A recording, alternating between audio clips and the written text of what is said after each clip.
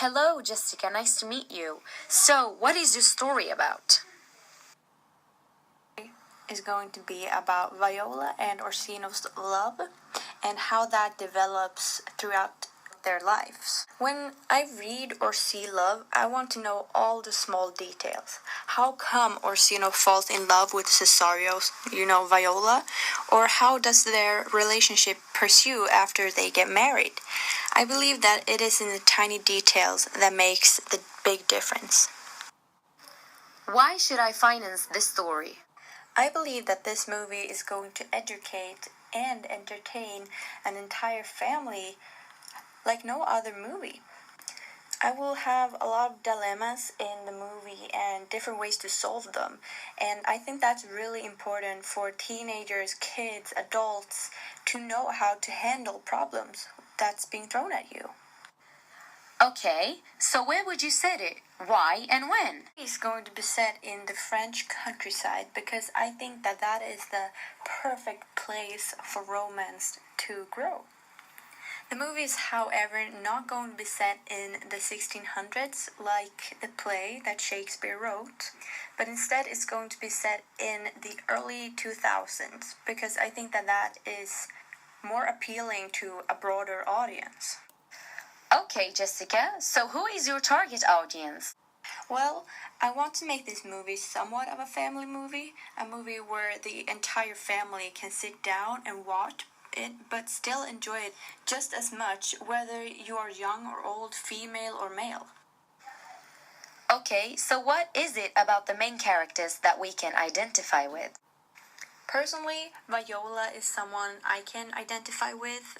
Being in a relationship where you have to be someone that you're not. Having to lie to them and in the end having to tell the truth, which is not always easy. Talk me through these images, please. Oh, yeah. Well, my idea for the poster was to just put all the main events on it. First of all, I have Viola and Orsino as old people because in my movie they're going to be thinking back on the time that they were young and retelling the story from their point of view. Then we have smaller pictures of other events that happens. We have their house that they live in at the moment. We have a picture when they are back and remembering the first time they met. I choose to use a picture of a castle because castles are usually very old, and since they met a long time ago, I thought that it was an appropriate picture. And also, castles are normally very mighty and beautiful, just like their love. I am also going to capture and display Orsino's secret. When Cesario is revealed to be a girl, Orsino immediately wants to marry her. The reason why Orsino wanted to marry Viola so quickly was because he was in love with her.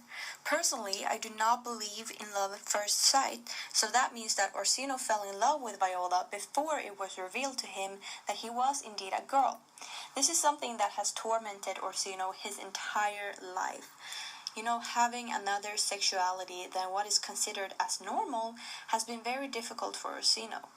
All throughout the movie, we get to follow Orsino as he battles the different obstacles the world throws at him. In the end, he has to choose whether he wants to be truthful to himself or hide who he really is just so he can be accepted in society. And finally, in the end, we have a picture of them as a family with a little baby girl. They are finally happy after many years of judgment from society. People have realized that love does not have any boundaries. You are free to love whoever you want, and no one is allowed to label you with bisexual, homosexual, or anything like that. Okay, Jessica, where did you get this whole idea from? The idea originated from William Shakespeare's play, The Twelfth Night. And since I am a sucker for details on love stories, I thought, why not make it a movie of its own, Alright, from a scale 1 to 10, how good do you think the movie will be and why? It's gonna be a 10.